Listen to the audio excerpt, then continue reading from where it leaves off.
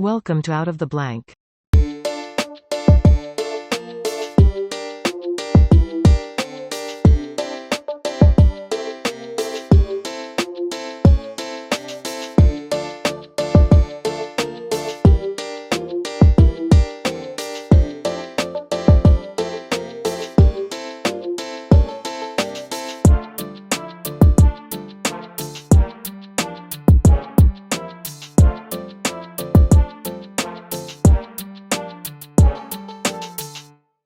Welcome to another episode of Out of the Blank podcast, and I'm here with Libservative, a podcast within a podcast about the. What are you drinking now? That's a big mug, Corey. It's a mimosa. That's not a mimosa. That's It's got to have a. So Starbucks has ventis. That's got to be like a venti something. it wasn't the size. It was no, they're mimosa or beer mosa. Actually, it's beer and orange juice. It's a lot of how much orange juice per volume compared to alcohol. Well, I figured we'd be in here for a little bit, so I filled it up all the way with orange juice, and then as I'm sipping the orange juice, I'm adding beer. We're gonna see the timer pop up and tell us 40 minutes. When we get to that mark, we're just gonna end it and then come right back and keep it going, and I'll edit it out. But Dan, welcome. Usually I talk to people separately before they come on the show, but I think I've watched enough Libservative to really understand you both so much. Happy to be here, Robbie. Thank you for having both of us. That, by the way, that giant mimosa glass makes Corey's hands look incredibly small. I got bigly hands. The best part about you being on the show, Dan, is that now Corey can say Dan, and you're actually here rather than mistaking me for him. I told him about that. I called Robbie Dan like 6 times the last episode I was on with him. But it's because he's a good-looking guy. Oh, thank you, young Tom Holland. Yeah, he looks like a Tom Holland, doesn't he? Is that what it is? But all right. So we're gonna get right to the meat and potatoes. Libservative, guys. What's on the topic? What's on the menu? Because I'm always thinking Epstein and private islands, but apparently I can't buy my own because I don't have enough money and enough clout. I think the number one thing now has got to be the snowball effect of what's going on with Mr. Joe Rogan. That's got to be our number one. That's the thing that Corey and I have been texting back and forth about for the last week. Yeah, it's insane how much of there's a concerted effort to try to cancel him. He's almost like the mainstream's new scarecrow, like with Donald Trump. Remember when Donald Trump, it got him all their ratings because that's who all they talked about and vilified for 4 years and got a bunch of money, and now he's out of the picture. In comes Joe Rogan. He's an easy target. But are you thinking of a jealousy aspect of the fact that now you're probably going to get more attention on your guys' shows if the biggest one gets taken down? Oh, with all the other shows? I thought about that. I said, could you imagine the power vacuum that would happen if Joe Rogan was completely gone, of how many of these other... it's like the P. Diddy thing, or not P. Diddy, but like Tupac and Biggie. When them two got killed, look how many other rappers came up because there was a power vacuum. They were looking for anything to be able to pin on him. See, the thing is, I've watched him since the beginning. I've watched him, followed him for years since he first started the show when he was doing it on a laptop. And then I knew all about everything he's ever said when it came to the same story of what they put a compilation of the word he used over and over and over again. It's the same exact story, just told in different ways. So I knew about this, but I honestly thought people were going to not take it. I guess I probably shouldn't have thought so highly that people wouldn't take it out of context, but they did. The way they did, yeah. Doesn't look good at all. I mean, I watched it. It was kind of like, I'm a fan of his, but I don't know if I would put out a social media tweet saying I stand with you. That's a little bit weird. Yeah, I don't think you need to condone his use of that word. In fact, didn't he already put out a video kind of explaining it and saying that basically, if he had it all to do over again, he wouldn't do it. But I don't even really think it has that much to do with racism necessarily, because, or at least the way it's being portrayed in the mainstream media, it's really just about bringing down Joe because they just don't like Joe because he's so much more popular than they are. And the reason it's not about racism is because at the beginning it was all about, COVID misinformation. And then when that ploy didn't work. Well, first it was the ivermectin. Yeah. Why do you got to say the word? I'm sorry. the I word. Yeah. Can't say it. I don't like that. That's my fear right now, is that I'm starting to, and I'm having so going to have a Joe Rogan guest who deals with a lot of highly controversial stuff, but this is a topic in my own little conspiracy because he kind of debunks them. I want to talk about this one in specific. It's just one I've started to notice is that I'm starting to fear that these giant corporations, these social media platforms, and Joe's talked about it multiple times, is that they can be kind of new amendments can be written for them that they're possibly utilities for the amount of kind of they're being used as not really a luxury, but more of like a requirement in a sense. I see them all forming into one giant company. Um, in a sense, I don't know if there's a monopoly. I'm hearing myself. Why am I? Why am I? Yeah, I heard that too. What are you I don't know. doing? You sound good to me. I'm hearing myself echo through Dan. Is it through Dan? You know what? It might be these weird, like super sensitive headphones that I have. Let me see if I back up. Can you hear me again? Okay. Now I can't. Wow, that's really sensitive headphones, Yeah. dude. I got to figure that thing out. I got to like get some muffs for them or something so you can't pick them up in the microphone. But I feel like Joe said it before about them being utilities because now they're more of a requirement than a delicacy. I mean, to do your job now, you got social, you got learning that has to happen online. Now you're giving more access to these corporations to have more power. And I feel like they're like Disney, they have their hands in everything. And my fear now is that you're not really going to have the option to be able to be these independent podcasters that can say or have their own platform, much like we go by the laws of YouTube, Anchor, Spotify, whatever platform you guys use. Now, if they're all running under Google and Google says, I don't want them on the platform, now you don't have a choice in what platform Yeah. you go to. The whole No internet free doesn't market. want you.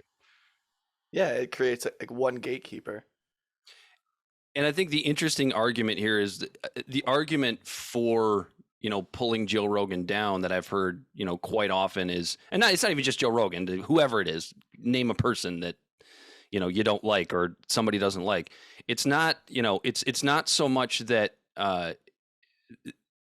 thing they always turn to is like it's not getting rid of free speech if we pull down Joe Rogan. These are private companies; they can do whatever they want, and it's actually gotten me thinking a lot more about it's really not even a free speech issue so much anymore. Like it's not really a First Amendment issue because technically they're correct. Joe can still walk outside onto a mountaintop and scream whatever he wants to scream and not go to jail for it, which is what the First Amendment is for. It's really more of an open discourse issue, isn't it? Which, I mean, I think you could tie that into the First Amendment if you really wanted to, but it's just this pulling down of open discourse and continuing to get people to bifurcate, because that's the first thing that happens. Anytime a controversial issue drops down, you immediately see that bifurcation to these polls.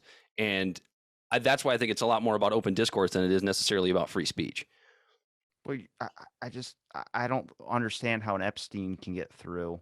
Like my kind of idea is that I like the conspiracy type people because I'd rather have someone thinking way out of left field where I would have never thought of it. Like we all know those people like the earth is flat. You're like, okay, All I right, can I got one for understand you your then. reason. What?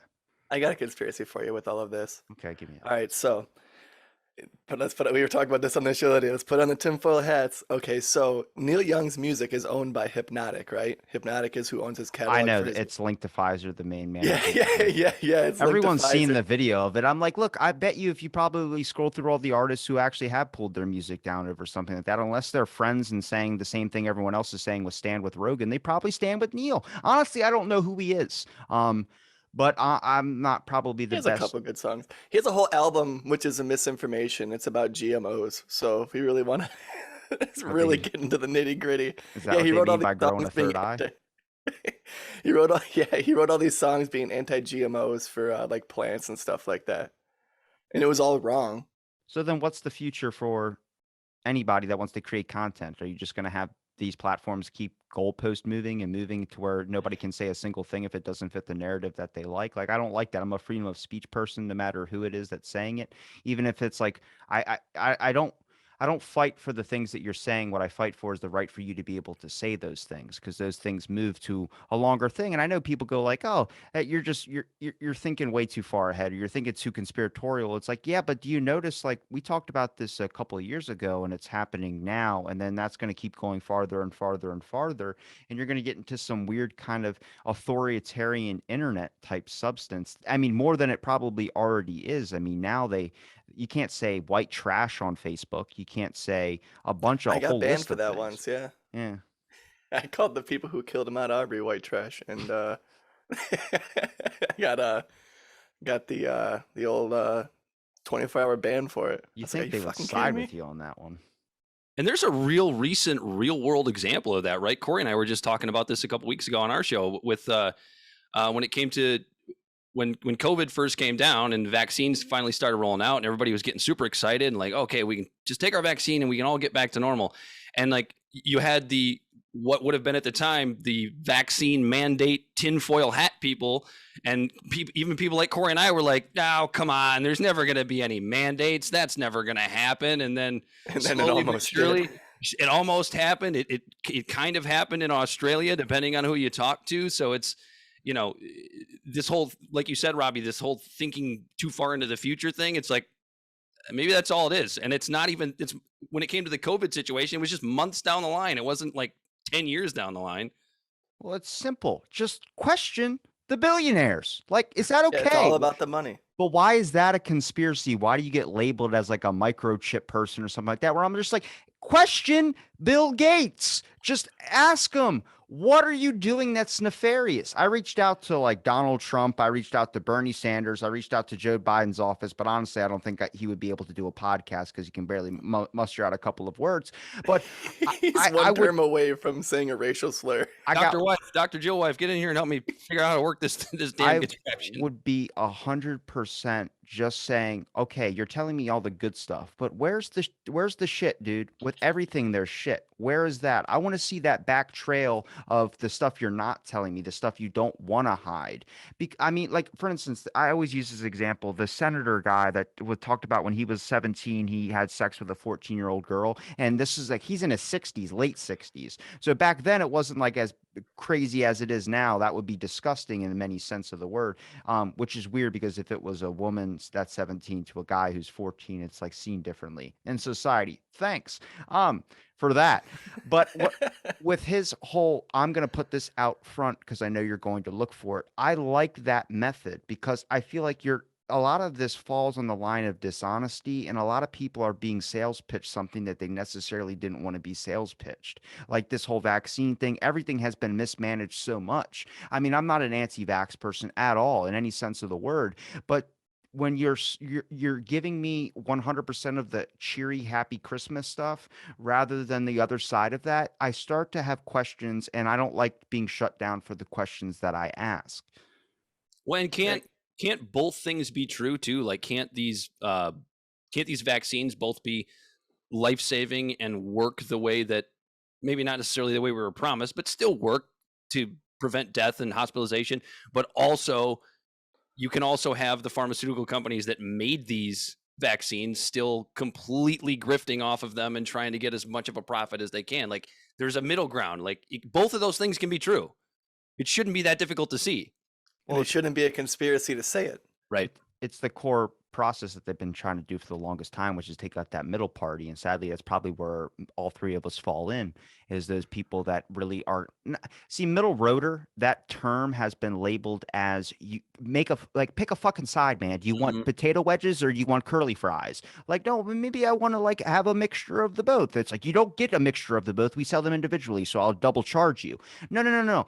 The middle roaders have been seen as people that can't make up their fucking mind, or maybe they're people that are hesitant on making up their mind because with every action that you take, there's an effect that follows it. And I think we're not above anybody else in the sense of that we want to just make sure that we got all our lines crossed and all our I's dotted, I would say. Before picking a side. And by the way, don't act like you're not excited when you order those French fries and you get that one onion ring. Everybody loves that extra onion ring. It's time to start looking for more onion rings, don't you? Don't you like that accidental onion ring? No, I was never a fan of onion rings. All right, well, you know what I mean. Okay, so you get the curly fry, Rob. Yeah, you get the accidental curly in there. You love the accidental curly. You're excited to find that. Yeah, I mean, I think with everything there comes a good and a bad too. Sadly with curly fries, I think you get major indigestion that you're regretting because you're not able to handle your high school, I guess, diet in a sense. You're more on the lines of like, I need a Tums and I need an aspirin. I need to lay down. Yeah, I know when I eat the curly fry that I got about a 20-minute window and I have to pop a antacid before. Papa Xanax. It was just me. I mean, from what your guys have talked about and what you guys have experienced, and I've watched a good bit of your guys' show, what do you see as like stepping stones and I mean, besides understanding each other, like I would think that if you're going to mandate anything, you need to mandate people to have a fucking beer with each other. If you have a shot or something, you get the, get the looseness in you, but you're able to talk more rather than just throw paint at somebody. And I mean, inside everybody's head, you're your biggest hero, but in another person's eyes, you might be the villain. So I think there's a way to talk about these issues and not be divided as such. I don't know if that starts with conversation. I don't expect people to have like, a beer with every single person that they want to meet. But if you're mandated to do so, in a sense, one beer a day with one random person who might not agree with you, I guarantee you'll probably end up solving some shit. Because what we've probably noticed, and Corey, we've talked about on my show, is that you get to the steps, you climb all the way up, but then it seems like you go all the way right back down. Like you're not seeing the door get busted down in the sense of not like a Capitol Hill type thing, but more on the lines of like you're not getting the core problem fixed because you're being divided by like some shiny keys or something. Yeah, One of the and things. it, Go ahead, Corey. I'll let you go first. and then yeah, we talk about that on the show, and I think like what people need to do more is have internal conversations a bit before they even like try to discuss the things. Like whenever you have a point, like whenever you come up with like your opinion on something, what you should do next is like, all right, what's the best argument against that? And when you do that in your head, then when you actually talk to people and you kind of be more of a devil's advocate, you come from more of a place of understanding instead of just having this hard line, hard stance opinion on something to where you're just not gonna, no matter what anyone else says, you're not going to uh, like waver on it because you never even questioned it yourself. Yeah, it was Corey kind of articulated what I was going to say. I believe it was a guest. I wish I could remember this woman's name, but she was on Barry Weiss's podcast, who I'm a huge fan of, and she basically said that she grew up, I believe, a second wave feminist, and social issues would make her angry, and she would go home as a teenager, as you often are as a teenager, right? You got a lot of angst, you're angry at the world or whatever, Green Day. everything pisses you off, and so Thanks, Mom. yeah, she went home and she talked to her dad, and her dad just in a level-headed way, and she said she never forgot this, and I have internalized this, and I've spread it on to Corey, which is that whenever you think you're 100% right about something that's especially something super controversial, whether you're talking about legalizing drugs or abortion or whatever it may be, whatever side you're on, no matter how extreme it is, the first question you need to ask yourself is, what's the best argument for the other side? And actually take it seriously and actually consider it. Doesn't mean you have to change your opinion on it, but understand that other side and that best argument for the other side is probably a really good one, especially when speaking about a controversial issue, for example, like abortion, because otherwise it wouldn't be so polarizing. If the other side didn't have a good argument, then there would be no argument, right? You would think. I think the issue is went from it's leaked the politics into academia as well too. You're seeing more Agreed. academics retweet and say stuff that's very, very political. Actually, I had a guest on the show that thought it was going to be. Corey knows we talked about the episode. She saw your episode, Corey, and that was the one that is the only one that has a dislike on it, that I can tell. So obviously they didn't agree with the narrative, but I think you can really go into something because when you hear the trigger words, for instance, if I say like something about this or you mention anything with Trump, immediately you have to cover it with, I'm not pro Trump. I'm just saying this. And then because people will assume that and you start to have to self-censor that way. But it's leaked into academia where I started to notice something different. I thought it was in Confucius Institutes, like people incentivizing, giving a couple $1 million to China or whatever to be able to really kind of I would say rile up people or get them all brainwashed to learn like the real history of America to where you hate your own country. It's decentralization. It's a KGB tactic as well too. There's Yuri Bezgamenov who's talked about it. I played on the show before, but now I started to think of something different. Corey, me and you talked about the guy that tried to light a fire in California around those firefighters that were trying to put out the fires, and he Mm-hmm. happened to be a professor at one of the institutions. What I started to notice is talking with academics who also teach at these institutions is that it's one teacher brainwashing all their students. Then eventually they're so riled up that if one of the teachers says, don't listen to him, they fight that teacher and they're afraid to say anything. They're not convincing people their own age, they're convincing people younger. Much like if you walk into kindergarten and start doing David Copperfield magic, every kid is going to believe you. Now it's gotten so big the teachers have to side with them. And that's also where you're seeing part of the brainwashing as well, too. I you pick up a pitchfork to stab your neighbor, but you're not looking at the core issue of why you're stabbing your neighbor. Like that's the whole thing, is that it's more about action because they feel like they're running out of time. And in a sense, I mean, it's what happened with Jordan Peterson. He was on Joe Rogan explaining that when he was in this debate, or he was watching his daughter debate, the other side, I guess, was talking about, it was veganism or something like that. They were talking about meat isn't beneficial to humans, or certain types of humans, it's a bad food or something. Something boils down that argument like it always does. And as whatever the other person would say something, the crowd of her friends would get up and say, meat is murder. Then they would sit down, and then she would say something, meat is murder. And he was talking about it. It was the most insane thing he's ever seen. And that's, in their eyes, that's seen as a good thing to do. But for a lot of people who are on the outside, who are just watching it on YouTube, are like, this looks fucking insane. And that goes to Joe Rogan. You watch that clip without knowing the man, you look at it like a Patton Oswalt writing an essay for hanging out with Dave Chappelle. Are these things that you're putting faith in something, or you're putting so much belief and so much all of this into something, when there's a whole other side out there that has no idea what context you're fucking talking about? And that's where we see the disconnect, the miscommunication, because you're not having people so interested to where they look up the information by themselves. You're just having people see the cliff notes of it and they're running off. And Yeah. we know that firsthand, don't we, Corey? We just had a couple comments on an article that I wrote. It was basically, the title of it was that the Canadian trucker convoy, the Canadian truckers are liberals, and obviously that's the headline that people are going to see. And instead of actually going in and reading it, we had at least a couple of comments of, how can they be liberals if they hate Justin Trudeau? Well, why don't you go in and actually read the article, and I will explain to you why I think these truckers are liberals. And that movement to me is, because I know we've kind of been talking about the negative aspects of this, but I think there's an awakening that's happening. We might still be at the beginning of it, but I think a lot of people are starting to wake up to what they're actually seeing, and pretty much everything you just described, and why everything's so bifurcated. Yeah, the conversations that we're having right now, I think, are starting to happen more on a macro scale, where people are starting to see that same facade of this super polarized, like, groupthink type stuff, to where it's like, well, wait a minute, I think this and this like they do, but I also think this and this like they do. And then you're in this like politically ideological homeless place because your lines aren't hardline and blurred. And I think people are just getting exhausted by the fact that they have to be hardlined on everything.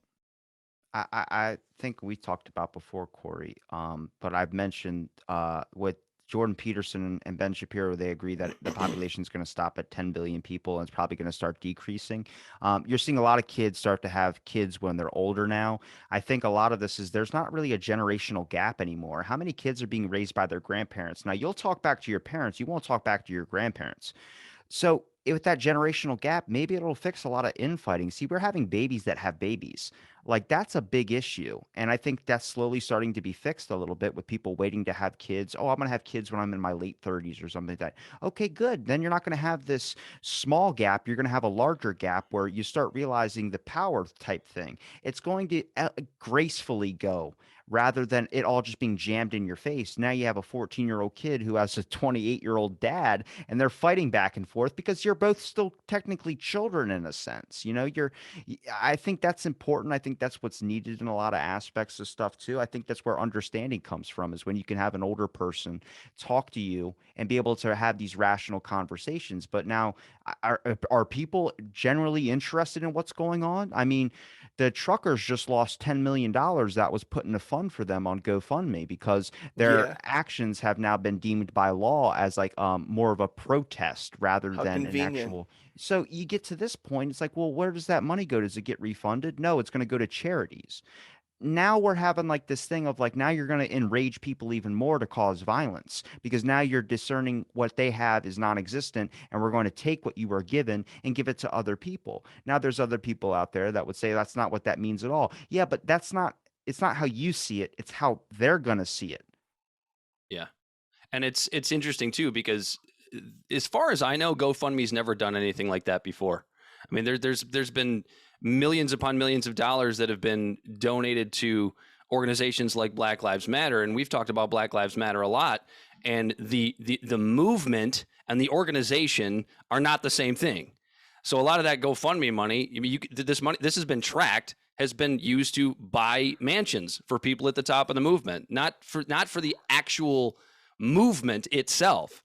But yet these truckers aren't a movement. They're whatever. I don't remember what GoFundMe said they deemed them. I think you said a protest and a movement for some reason aren't the same thing. But you're absolutely right. That's like when you see that, you go, well, why is what I think is important so different or considered evil compared to what this group over here thinks is important? All these Canadian truckers want is just not to have mandates.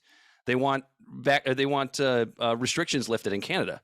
This and a large percentage of these people, I mean, I guess large is relative, but a decent percentage of these people are vaccinated. You know, they're not anti-vax people. They just want to be able to have the freedom that they were promised so long ago when Canada was founded. It's not hard to figure out. Do you think it's just maybe like that plan would have worked if it was done sooner, or do you think it would have maybe failed if it was done later? That's how I'm looking at everything. Like I'm looking at it like Bill Gates, for instance, saying he wants to launch a missile into the atmosphere to dissipate particles to dim the sun. That sounds like a fucking villain in any movie you could label. But if you say that now, even though he did that a couple of years ago and people are like, are you insane? You say that now, people are like, maybe that's a good idea. Maybe we can fix climate change, because they blasted the narrative in your face so much of like climate change, the world's going to end, that it convinces you like maybe we need to do something this drastic. And I think that's with a lot of stuff. You see constant headlines of media saying in parentheses, like, Shaq, anti-mandates, Shaq, all this type of stuff. Shaq, anti-vax, and they do a question mark. Well, no way he said anti-vax. He just doesn't want you to be forced to take something. And then people go, well, then you must be anti. Like that word anti in front of that word packs a fucking wallop. It's like saying the C word. Like, doesn't matter who you're saying it to. Everybody's buttholes clench and everyone's ears fucking perk up. Like it's a sharp tongue word. And that's with how they got Rogan. They found something that he said and they're able to label it like that. It's a sharp tongue word. It's something that will wake people up in a second, be like, what did you just say?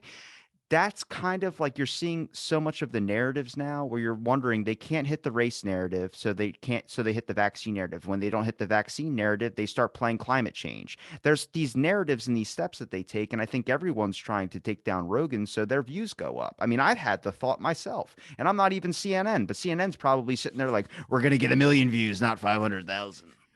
Yeah, like that's what I was trying to say earlier. Is like when it comes to the mainstream media, Joe Rogan right now is getting them views because if they talk about it, it's the hot button topic, and he's the villain.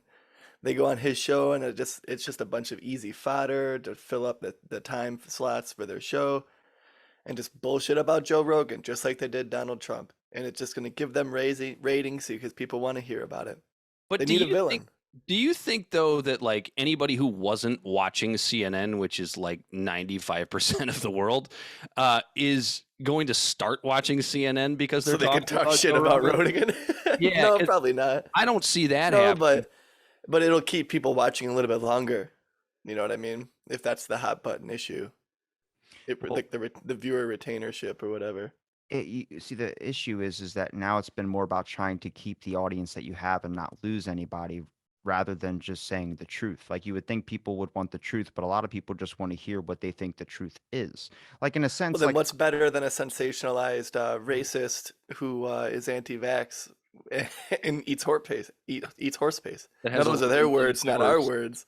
But what better way to retain the viewers to stick around the show to hear about this crazy bastard?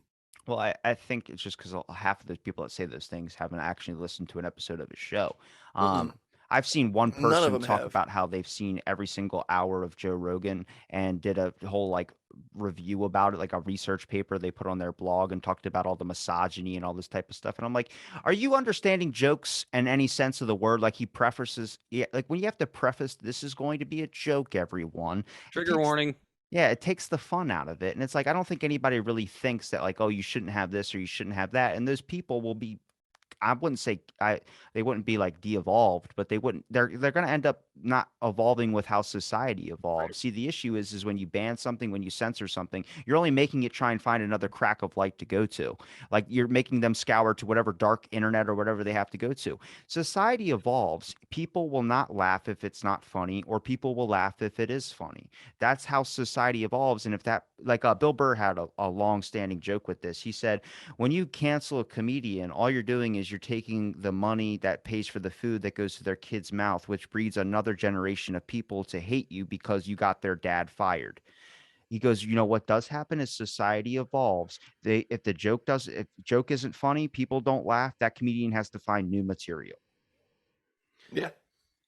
There's, You're I mean, absolutely there's a right. good reason why Lenny Bruce's jokes don't stand up today. You know what I mean? Like you can't go out and do the same type of comedy that Lenny Bruce does or did today. There's no way it would work. Or even before, even like way back in the day, who was the one that influenced Rodney Dangerfield? Just the quip, like the Frank Sinatra quip Rodney Dangerfield type comedy itself. That you don't really see that anymore. Just, oh, take my wife, please. No respect. Yeah. It's not that funny anymore. Well, what about the term sacred cows? There's just sacred cows you can't attack. You know, some comedians can do it properly, but it's about finding the right ways to be able to do so. The fact that you can hold something like that used to be a religion, not religion anymore. Religion gets attacked a lot now and gets a lot of criticism. So I don't know what will be the next sacred cows. Are you saying we can't talk about our president anymore? Right now, the sacred cow is probably like some of the minority groups. I mean, the goalposts are constantly moving. Who knows what it'll be tomorrow? Well, You know what I Yeah. mean? when we say sacred cows are like The View, for instance, The View gave Whoopi Goldberg a 2-week suspension for the same thing basically Gina Carano did. Like, is that, and now they're fighting against their own network saying that they can't do Yeah, this type of thing. my recent monologue was actually about that. The article that's probably going to post on our blog here. And actually, I'll probably do that today. I'll put it up after this episode. Can you read it? Yeah, you want me to read it? Yeah. Is it long?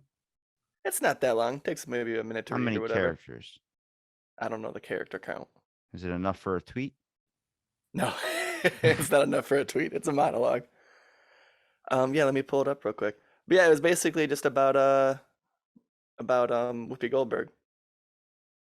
And so it goes this way. The moral significance of a belief derives from the purpose to which it was put. That's a quote from a Thomas Sowell book. And honestly, I'm not sure if it was a quote he found then put in the book, Black Rednecks and White Liberals, or his own words.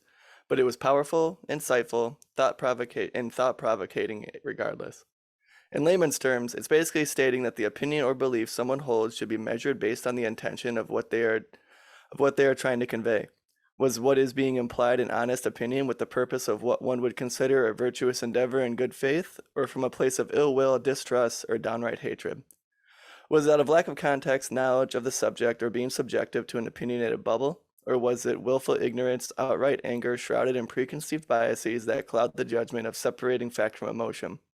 When someone expresses an opinion on a very emotionally charged subject, should we take the time to take these thoughts into consideration before we have a knee-jerk reaction? The not-so-obvious answer is yes, but in a reactionary society of fast-paced information and standard operating procedures is to be one of the first to have a response to missteps and shortcomings. A society where we worry more about our responses than response to what someone said before that we digest what they are trying to say. Whoopi Goldberg was recently suspended for 2 weeks from her position as one of the hosts on The View. She came from a position that the atrocities the Nazis inflicted on the Jewish community was aberrant, but disregarded it was about race and instead stated it was about humans treating humans inhumanely. She's not wrong. Now, before I get canceled from The View for 2 weeks myself, I'll add the caveat that she's missing key factors like quotes from Hitler himself stating the Jews were an inferior race, but she's on point when it comes to people treating each other as subhuman based on what we should consider trivial in our never-ending strive as the human race to progress. But is her personally having a lack of knowledge on the subject worth silencing her when it could have been an opportunity to be a learning experience? What a better platform than The View to educate not only Whoopi, but all of its viewers on the subject of the Holocaust and all of the disgusting events it entails. If someone entrenched in hot-button topics such as race has shortcomings like this, what of the average American? The ones with a voice too small to be canceled and the ones that have no concept of what happened almost 80 years ago. Why not bring on experts to the show to enlighten the cast and the audience and bring perspective? Whoopi is not alone in this battlefield of censorship. The last 2 weeks, there has been a concerted attack on another host of a more popular show, Joe Rogan is under attack for having guests on his show that have opinions that cut across the grain of the mainstream narrative. Are they wrong? Misguided? Possibly. But in a free society, that is up to the individual to decide these opinions, not a gatekeeper. Every shortcoming and ill-conceived ideology is a learning opportunity if approached properly with counterpoint, contrived in integrity and objectiveness based in fact. We are all human and we all have shortcomings, regardless of ideologies, and we are all learning to navigate this rock we live on as we hurl through space trying to find our place in the world. Some want to be heard and feel their opinions are important to the conversation, even if they are wrong. In fact, wrong opinions are just as important, so we have to base to distinguish the good from the bad. Instead of the easy path of shutting people up, let's take the time to remember the moral significance of a belief derives from the purpose to which it was put, and educate each other instead of shutting each other up because their truths cohabitate with ours. Silencing each other doesn't stop opinions, but they keep them from being challenged. Is that all of it? That's what I wrote. Yeah. It's too short for a book and too long to put on a tattoo on my fucking ass, man. Jesus. Yeah. You started going, I was like, oh my God, it's either the mimosas coming out of them now. Yeah. We both write one for the week for the show. Beautiful. It was just as beautiful the second time. It was good. Thanks, man. I'm sorry you had to go through that twice, but it was good. It was good. So what, like for the monologue that you just read, what was the, like, what's the message you're trying to send? Are you trying to send a message or are you just explaining it overall, capping it?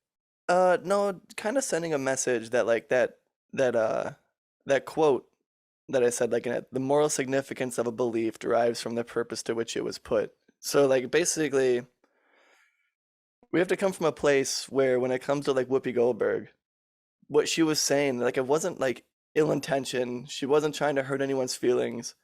It was just an uneducated opinion. And then she went on the Steve Colbert show and was actually elaborating on it more. That she was like, I don't know, I guess. Like, she basically was saying that she sees race as like skin deep.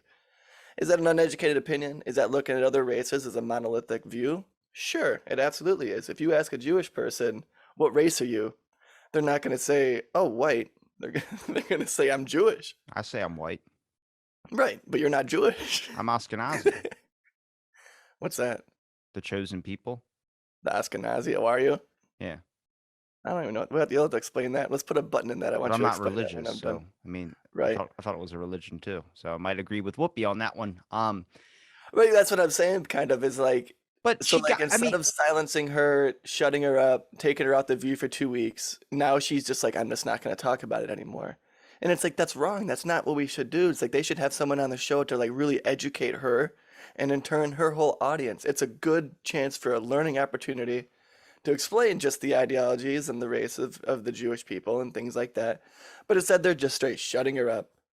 It should have definitely been an educational standpoint that it should have been kind of elaborated on more. But also, I'm not mad at it because all they do is talk shit on the fucking View. The fact that they have a show where just a bunch of people that look like birds sit on fucking perches and talk shit right.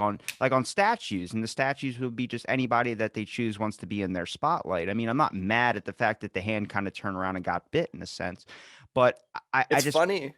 You shouldn't, but it all went downhill when you started having these things like Dr. Phil, Howard Stern, all these types of things that profit off of pain. That is the fucking thing that enrages me the most. The fact that in a debate, people can shout at each other. You need to tell them to shut up or they're going to go in the hot box for 10 minutes or something like that. Like, they're not done right. Box. Anything is now a form of entertainment, and what gets people entertaining is like having it like a reality television show or some type of thing where you watch a person on The Bachelor walk up and be like, you're the love of my life. I want to be with you forever. And they're like, no. And then next thing you know, that person's crushed and you feel good inside because you're not as much as a loser as that guy is. And that dopamines. Dopamines. It went downhill with television. And now, sadly, one of the most serious stuff, which really nobody pays attention to, and the fact that we're in a heavy inflation right now, which maybe it's good. Maybe making people struggle to be able to survive gets their mind off the politics, makes them want to just get drunk out on the lake. I don't know. What you all right, Corey? Yeah. Doesn't what you just said, Robbie, everything you just said and everything in Corey's monologue, doesn't that just speak to why, and the question that nobody's asking, which is why Joe Rogan is so popular? like the mindlessness of what you get from The View. I'm glad you said that, because I like to call them squawking birds myself. You can even ask Corey. And, Yeah, and like I want to say really quick, Yeah. is we're absolutely right. They are a bunch of morons, but they don't deserve to be canceled just as much as Joe Rogan doesn't. 100%. But their But they are message dads. and everything that you hear from reality TV or whatever it is, just the mindlessness and just the screaming at each other. People are clearly starved for the good, nuanced conversation that Joe Rogan provides on his show, which is why he is not the most popular podcast, not the most popular show. They literally the most popular piece of media in the world right now, bar none. I thought Call Her Daddy was a popular form of media. It is. It is, but isn't Joe Rogan still like the #1 streaming podcast? But With the most Spotify down- just is gonna try and push it onto Call Her Daddy, which is weird in its own. Like, I haven't listened to the show, so is it like, is she calling her dads or people that could possibly be her dad because she might not know who her real one is? I think that's the really raunchy one, right? Yeah, It is. Yeah, originally it was a Barstool show. Is it still a Barstool show? I don't even know. Well, the front cover of it, like her logo art, is a cooter shot. Oh, Nice. Like, when they're getting out of a limousine and they had those were all staged. Britney Spears getting out of a limousine and you see the. seems Yeah. like it. Get those paparazzi shots. I still bought one. That's funny. But I think there's you shouldn't be having faith in people to be the voice of reason in a lot of sense. You shouldn't be having rappers be idolized in the sense of voice of reason. I mean, The Rock covered Joe Rogan saying, I support Joe Rogan. I think he's a cool dude. I'd like to drink tequila on a show one day. And then he retracted his statement and completely went all the way back on everything that he said. And now everyone's lighting him up about that as well, too. Nobody's ever happy with anything that you do. With one thing that you do in the world, one person's going to be pissed off of it. And not even just with people. You shouldn't have corporations like Dan's Hat, for instance, making giant statements in a sense, or feel the need that they have to make a statement because they're that pissed off. Now, you understand the recourse that comes with that when you're that company. If you own a company and you make a giant public statement like that, or you feel like the need to insert your opinion, and it's like that one guy who was posting on his business page rather than his personal page. And next thing you know, he's getting lit up. His whole business is being on strike and all this type of stuff when he didn't want to post that on his actual page. I have friends who own food trucks or businesses, and they talk about how accidental post on their business page relates to their personal page. And then that's the issue, is that it was meant for their personal page and now their whole business is being affected, where people are protesting their business all because they don't agree with who the president is. And I'm like, that's not what that's supposed to be. You have to understand the damage or the cause and effect that goes with that. But also, we shouldn't be looking to giant Jesuses on crosses to be main media people or anybody that you see on the television. There's a reason why it's all entertainment. Who gets hurt when a company like Carhartt decides to, make a political statement about vaccines? We're going to mandate vaccines for our company. Like, personally, I don't really care because I don't work for Carhartt and I like their stuff. But when people decide to boycott Carhartt, if it hurts them financially, it's not the higher ups. It's not the CEO of Carhartt that's going to get fucked over. It's going to be the little guy. It's going to be the people that work in the factories. Like, those are the jobs that are going to get the other blue collar people. Yeah. So when you make a statement like that, if you're Carhartt or if you're the person that decides to boycott it, you're both hurting not the other person that you actually want to hurt. It just doesn't make any sense. It's like when President Biden wants to, or any president for that matter, wants to sanction the Russians. You think that's going to hurt Vladimir Putin? No, it's going to hurt the Russian people. It's going to hurt the people that you don't actually want to hurt. But it makes it look like you're doing something righteous. Did you hear that that the attack or whatever that they were talking about might have been crisis actors? Russia was talking about that. The government just said this. They said that it was. Am I right in saying that? Right? The Pentagon is trying to say that Russia's going to do a false flag attack in Ukraine. Was not everyone like berating Alex Jones for claiming crisis actors or something like that on a different scenario, and now the government's using that tactic of crisis actors? Like, are they just watching what's trending and they use, oh, that's a good idea, we might try that? Oh, they're talking about other dimensions. No, we're just giving money to Nazis in Ukraine, and that's a fact. We're actually there's the Nazi separatists that are fighting off and with the Russians and stuff. It's like a neo-Nazi group that we You, tried to help stage a coup to get the government put in your 2014. slur when you said that was perfect because it sounded just like my grandpa who would be complaining about like the Japs or something in World War II. This goddamn Nazis, I'll tell you I'm what. telling you, Nazis working with Russia. I'm telling you. But it's interesting. I wanted to go back to what you're saying about the corporations with political stands, and I forget where I heard it, but it actually is a really good point. Um, these big corporations, they take these political stands on like LGBTQ movements, the vaccine mandate movements, Black Lives Matter movements, because a lot of these companies are companies who have like paying like child labor laws. I mean, they're paying like child laborers in like in other countries, and they're like a really shitty country overall, paying low wages and doing all things like that. And if they can muddy up the conversation in any way and take a political stance and make them look good, the people who are against it are talking about that, and the people that are for it are praising them, and it's kind of a distraction, shiny keys dangling over here, instead of everyone talking about that company and like their actual like business practices. They're actual atrocities. Yeah. Yeah. So is it It's a distraction. conspiratorial? Well, is it conspiratorial thinking that the reason why we're dealing with such high, I mean, inflation's up 7%. Usually it's at least like, what is an average raise? Like 3%. So it's like double what two raises and maybe another one, half of another one would be. I mean, you're It's having still people. rising. Yeah, and that's the issue is like, is that just to make you struggle more, not worry so much about the politics? And maybe in a sense that it's good, but it sucks because how many people have to work another job now because they can't do that? I asked for a raise at work. I don't think I'm getting it. Honestly, it might probably cost me a job. We'll find out when this episode gets released. We'll have the answer by then. But yeah, I no, can make it's fun of that. no, I don't think like things like inflation are a thing like that because of the fact that all they have to do is just call Joe Rogan a racist. And we just, you know what I mean? We just spent the first half of the episode talking about that because we're not talking about the other stuff. Like, as that's happening and everyone's talking about that, the Democrat led Congress is trying to push through a $500 million bill right now to give money to like Raytheon and Lockheed Martin and stuff to make weapons to give to Ukraine. That's $500 million. $500 million that could go to all of our, like, we just passed the infrastructure bill. But that was such this big hullabaloo that they can like, oh, we don't know where the money's going. We don't know where it's from. But then when it's this, it's no problem. When we had that mentality about taking care of our own citizens, $500 million, we could put in high-speed internet in rural areas and in urban areas to make it to where everybody is able to fight for or be able to have access to internet and actually be an entrepreneur in a globalized society. Well, We they're got gonna. people in Flint who are still drinking lead water. We could use some of that money. You could give everybody in America a $1+ million No, it would be healthcare No, yeah. insurance policy. You either have to ask Bezos for money by tweeting at him, or you got to worry about the fact that we talked about internet being a requirement. Now you're going to have it all over your block to where you are going to end up requiring it for people's homes. So you have to pay an extra bill. And it's not, it's kind of like you're going to mandate internet.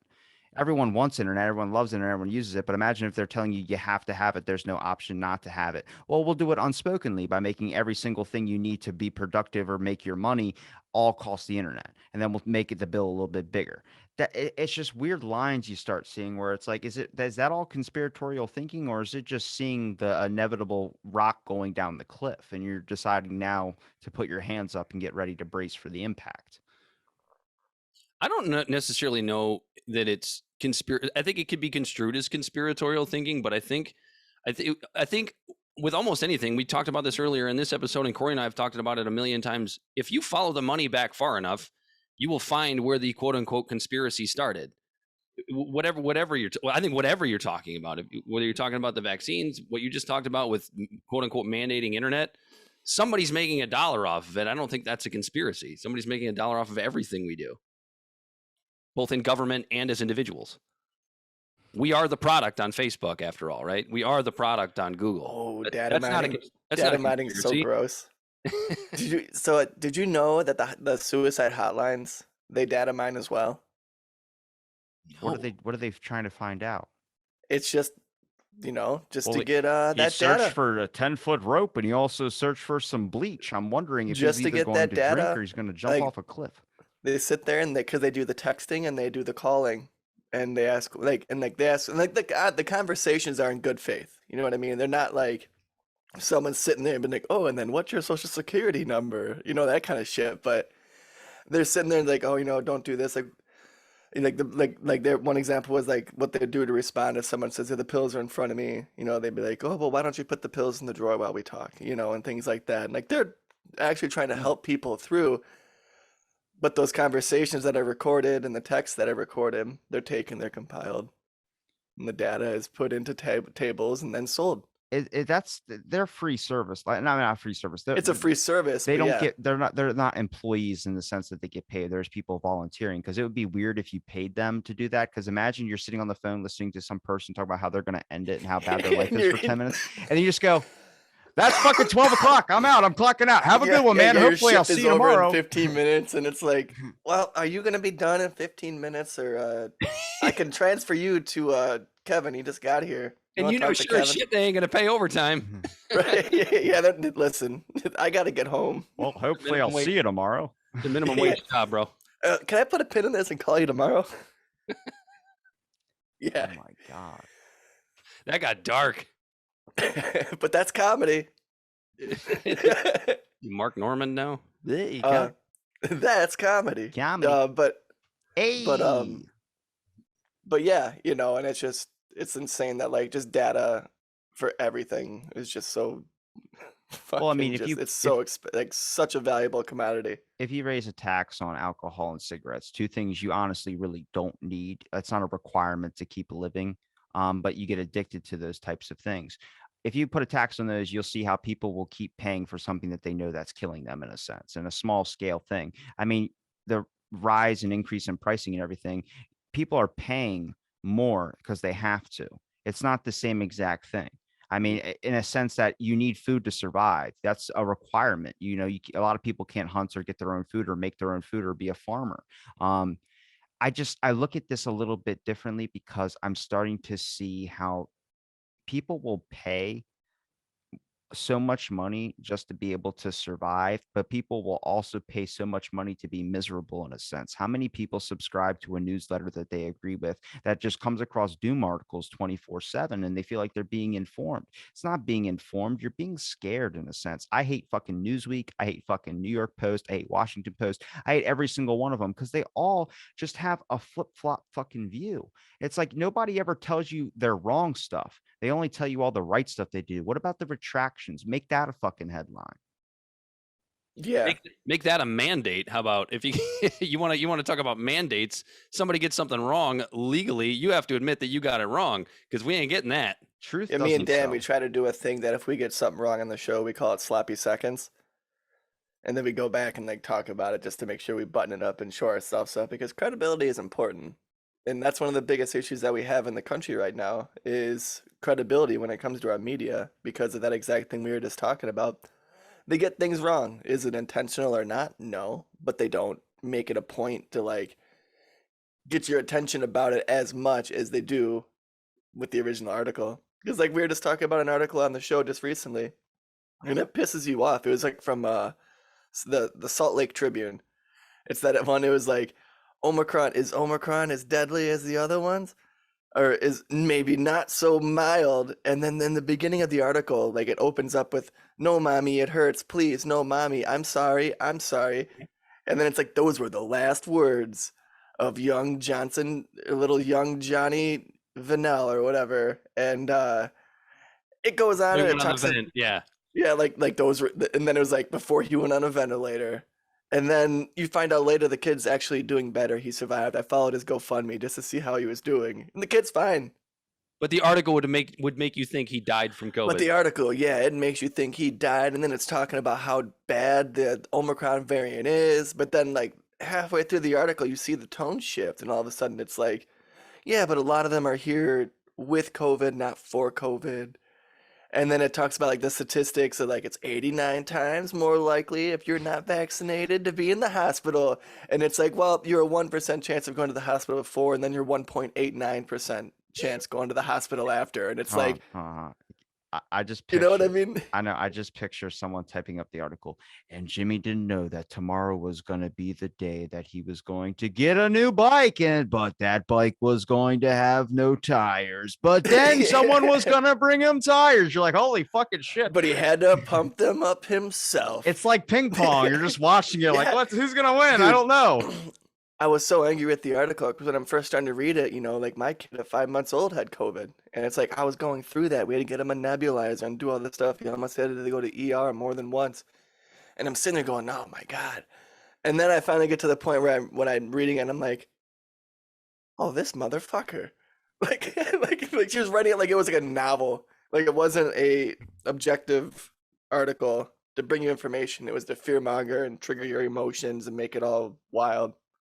I would like to see a news network, like a number network, that just points out all the doom scrolling and all the fear mongering that goes on. Like the fact that I feel like now at this point, as much as everyone's kind of talked about it and knows about it, and there's still people that like love it, there's just people that are honestly getting off on it in a sense. Like it's a dominatrix aspect of things too, because I'm seeing stuff where one of the people that me and you have talked about multiple times was constantly retweeting and assuming that, oh, it must be child is why the hospitalizations are up. They got their account gone. It's banned off Twitter. And I'm like, that person was saying that everybody that was going against him was spreading misinformation. Now that person, the whole narrative flipped, and then now they're banned, and now they were spreading misinformation. You start to see like the weird shift where it's like, it's so hard because when you see someone say something, you feel like you need to make a statement about this or comment or do something. There's just that edgy piece of shit in all of us that wants to comment something or make a public like, I did not do that.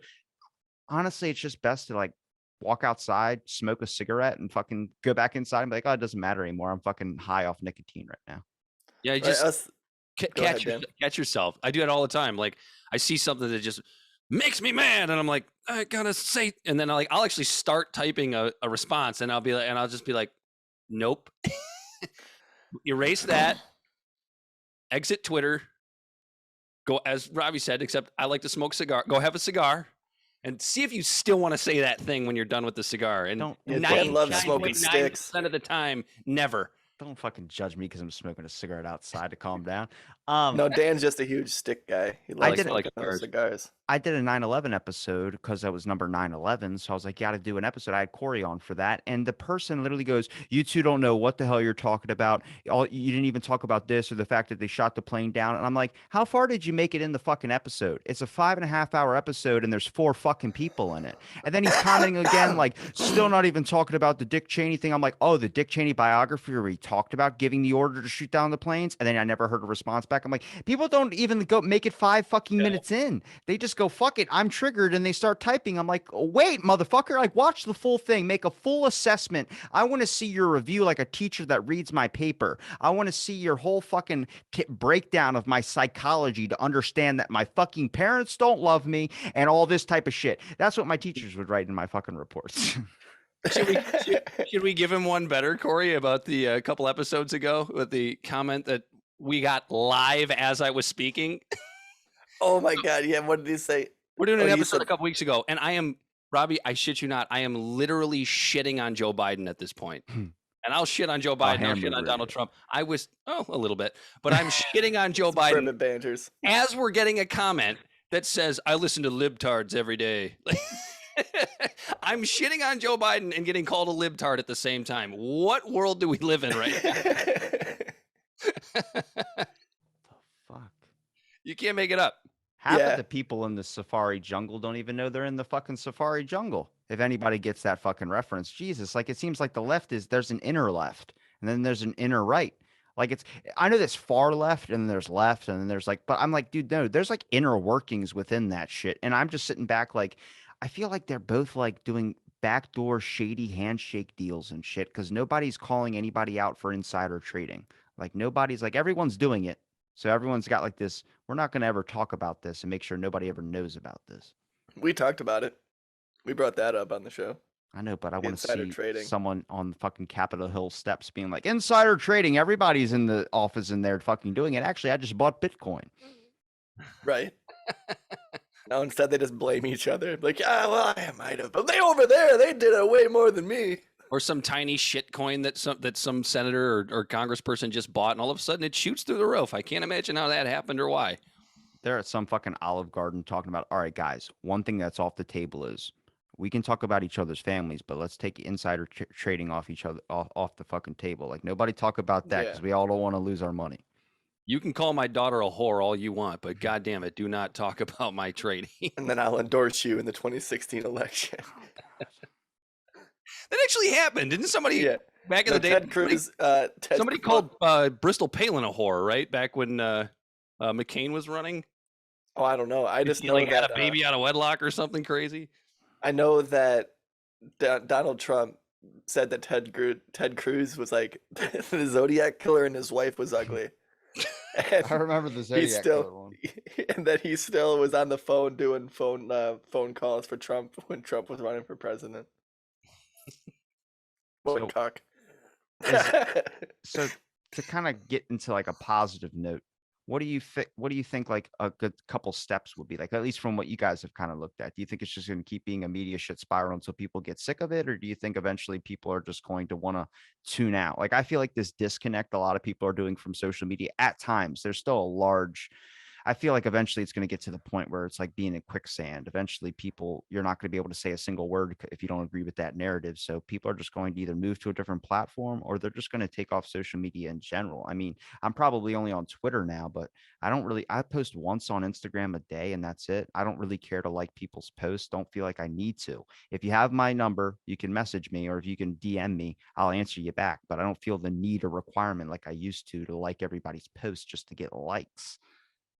Well, I think there's a lot of positivity, like even just the fact that we're on your show right now having this conversation. As somebody who drives a lot for work, I listen to a shitload of podcasts, and I listen to them from all over the place. And you see people that would consider themselves to be liberals having regular nuanced conversations, right? Still having their opinions, still being left leaning, but having real conversations. Same thing with people on the right. I think where we often get lost is the bifurcation of the polls and just these like 10 out of a million people screaming from each side about why the other side's bad. But there's so many quiet people in the middle that are afraid to say that quiet part out loud. But I think we're seeing more of that with hopefully with our show, but with actual news shows like Crystal and Sagar's show, like Barry Weiss's show, and obviously also Joe Rogan's show. Like these conversations are being had. They're being so silenced by the mainstream that I don't think people really realize how often they're actually being had. And I don't know if I'm being too optimistic, but that's just what I see personally, anecdotally. Well, you would have a board meeting where you would think that you wouldn't just invite everybody that agrees with you. You would invite people that would think differently than you, so that you have that other side and that other perspective that enhances your knowledge even more. Real quick, what do you think my political side is? I would call you, I just met you, but I would call you, if I had to label you, I'd call you center left. Like, that's what I would call you. I'm like NASCAR, always going left. Wait, I thought of a better joke. Hang on. I'm like my dick. I always go left. Now, hang on. I'm kidding. No, I'm probably libertarian. I mean, but I honestly, I see everybody's thing. I don't give that much of it. Like, I'll get mad about like the people and all that. But I just, with all the political shit, I honestly think everybody's evil, unless some person tells me, like Mr. Rogers, for instance, I think is evil because I feel like he's hiding some dark shit and nobody wants to talk about, and I'm the only one interested in fucking looking for it. I'm just like, I don't know. Have you found anything? No, I still have the theory he might be a cross-dresser, which isn't bad, but back then that you could never say that. You get shot. Well, I'm kind of with you too. Like I think everybody's evil, but I also have my leanings, right? Like I've always been a liberal person. I've always been, free speech and rights and government is a necessary evil. But what I don't fall into is I'm not going to be the liberal that I'm told I'm supposed to be by the blue checkmark brigade on Twitter. Like, I know what I am. I know the definition of the word, and those are the opinions that I'm always going to have. But as Corey and I have done our show, and as I've talked to more people, both on the right, because I used to be a guy that was so far to the left. Like if I hadn't gotten on the right path, I would be one of those blue checkmark people calling people murderers for not getting vaccinated. Like that's how far left I was kind of during the Obama years. But I guess I kind of grew up. Do they really feel that though, or are they just saying that so they get likes? That's the thing. Is like I see so many You could be people right. Yeah. making. I saw so many people just hashtagging Joe Rogan for their show. I saw so many people hashtagging during this trending thing with Joe Rogan, just anything, a funny joke, just to get likes on their shit because people aren't going to read it. They see the hashtag and they just want to like everything about it, and then they realize what they just read is not anything they agree with, and they unlike it. Like that's even weirder. It's totally weird. I believe in political pluralism, and I think Corey does too, and that's why we do it. That's why we do the show. Like political not pluralism a hat on a hat? It's a hat on a hat. It's a hat on a hat. There's too many Political hats. pluralism. It's like nobody wanted to be the fucking hat in Monopoly. Now everybody wants to be the fucking hat. I want to be the fucking Didn't they retire one of them? Yeah, wasn't one of them racist? Wow. Wasn't there a racist? I don't know. Was it the iron? I feel like the iron was racist. Oh yeah, feminism. Yeah, okay. Yeah. It's probably the iron. I'll look it up. The whole move or whole fucking game is about making moves to make your family fucking broke. That's exactly. I hate that game so much. Oh, I love it. I get so nasty. But we're at the last 10 minutes here, so I didn't know if you guys had any other things you want to hit or what. Yeah, no, maybe. Corey, you look like you're about to pass the fuck out. Oh, no, that was a big mimosa. How much did you take down of it? You were doing bird sips the whole time. I'm right here. Okay, I just keep adding the beer. Oh, you put. But yeah. Well, no, it's a beer mosa, not a mimosa. You ever had beer and orange juice? No, it sounds terrible. Like brushing your teeth and having a glass of orange juice. What kind of beer? I guess would be the question. This is Budweiser. I had some of my rowdy friends over yesterday who we just drink cheap beer and listen to this old country music on the record player. So that's what we were doing last night, listening to some Merle Haggard and do you guys Rodney want Martins. To read off some sponsors with me? You guys can do my sponsors. Oh. Yeah? Yeah, sure. Okay. If you like making shady backdoor deals and you need a website, try Squarespace, where insider trading is allowed. You can also sell bags of drugs. What about anybody want to do? I think we got. I got one. Okay. Are you sick and tired of these damn liberals burning your flags? Well, new brought to you flame retardant flags that aren't able to be caught on fire. These flags won't let any liberal burn your unquestioned patriotism for this country. There's a dry clean only because these colors do run. There's a that's a good one. There's a documentary coming out. I saw on the History Channel. It's like Crossing the Line, and it's a KKK documentary. And they did a reenactment because they didn't have colored video back then. That's how I know it's a reenactment. But there's people burning a cross and dressed in white hoods. I'm like, I would hate to be the actor that like comes to Hollywood with big fucking dreams of like being on TV with Leonardo DiCaprio, and you get hired for a KKK flick for your like. You can't put that on your resume. You can't. John Goodman did. You ever see the movie Brother, Where Art Thou? Yeah, Oh Brother, Where Art Thou? Yeah. Yeah, but I feel like he was already established. These are people that are coming to Hollywood. It wasn't like the first thing he did. Everyone's like, hey, you're the KKK guy. Come be this friendly family man dad. Already Dan Connor. And Roseanne was canceled shortly thereafter. Yeah, she needed Ambien. She was going nuts, dude. If you ever hear her interviews, it's kind of like Britney Spears. Like, I'm happy that like she's out and she's got like rights and stuff. But did you notice all the insane shit she started doing once she got out? Yeah, good for her though. Like free independent citizen with a shit ton of money. She can do whatever the hell she wants. I know, but there's definitely like, please go to therapy. Figure it out. Like when she's sort yourself out there, bud. She was in front on Christmas, in front of her Christmas tree. Like, hey guys, this is my Christmas tree. And then it was like awkward silence and a dead crazy stare into the camera. And I was like, okay. Then she took her clothes off again? Because she did that a couple times, didn't she? I know. What's going on? She still looks fantastic, though. Can we say that? Are we allowed to say that? She is still Didn't a very she pretty shave woman. her head back in the day? She yeah, did. that's what she was going through. That was when she was going through it. Yeah. Shortly after the beaver shot. Yeah, that was what she did. Man. But I mean, imagine being in a conservatorship for everything and not even be able to post anything on social media like when it was blowing up to now like she kind of can. Like, do you remember like when social media was like first around and we were all just like, oh, going to McDonald's because we didn't know what else to fucking say. No, so, the old Facebook is like you had to put is. Corey is going to McDonald's. Remember that? Yeah. That's way back in the day. Well, it's even like yeah, get it out. All right, yeah. There we but go. it's even like damn it, I forgot my thing. I was gonna say something really, really like Son important. of a bitch. Son of a Wasn't that important? bitch. Well, no, how many, like for Trump, for instance, like when Trump said that he was pro-vaccines and all this stuff, how many people were like, well, fuck, I don't want to be a Trumper. Then now they switched their narrative. Britney Spears, Both Biden and Harris. Well, she built fans because she didn't have social media. So no one saw the crazy. So they're all like, we support Britney. Now she's out and she's on social media. How many people are like, fuck, I don't know if I want to fucking keep following her. She might be insane. So real quick, since we only have about 5 minutes left. So March 1st is the State of the Union address. That's a Tuesday at 9:00. A Tuesday at 9? Yeah. I'll try and stay up. Because so I mean, I guess we can announce it here then, right? I guess We're gonna do that collab. Yeah. I'll Collaboration. commentate with you guys if you want. Yeah, commentate on the State of the Union address to see if Biden says anything dumb. Should we keep like well, that's going to happen. That's not an if. That's a when. Right. Yeah. So we'll do an out of the blank Libservative collaboration. We'll live stream it. Okay. Sounds interesting. We got to record it too, though, so I can have it. Oh yeah, and we Too. Okay. Yeah, we'll podcast it, and I'll definitely give you the raw files and stuff.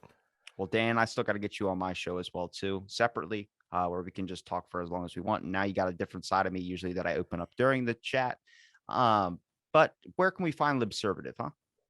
So Libservative is at Libservative Pod on Instagram and Twitter. We're at Libservative on Facebook. You can hear us on all the streaming platforms, or even on like Facebook and stuff. And you can reach us out directly at libservativepod@gmail.com. And you can also catch our blog at libservativepod.wordpress.com. Yeah, come hang out. Basically, it's kind of like this. We just bullshit about politics and call it balls and strikes. You got anything to add, Dan? No, you nailed it. I do have a quick ad if you don't mind. Yeah, add it. This one I've been trying out on Corey. It's Big Pharma's preschool guide to COVID-19 with fun interactive videos like "Stay the hell away from grandma" and "Hugs kill people." Just two low payments of $69.95 and 2 Pfizer vaccines. I can't even do it. Your tot will be on their way to becoming the terrified agoraphobe you've wanted since February of 2020. Taking their first steps towards becoming a murderer or a host of The View. Brought to you by Pfizer. That was fucking great. That was way better. I gotta start crafting them out for like. I think I've brought up Pepto-Bismol in the past, and I've brought up a bunch of them. But I've led right into them where you're like we're talking about like. That's gonna lead us down a whole. It's like, oh, hold on, yeah, I have to do an advertise it real quick. Portable safe spaces.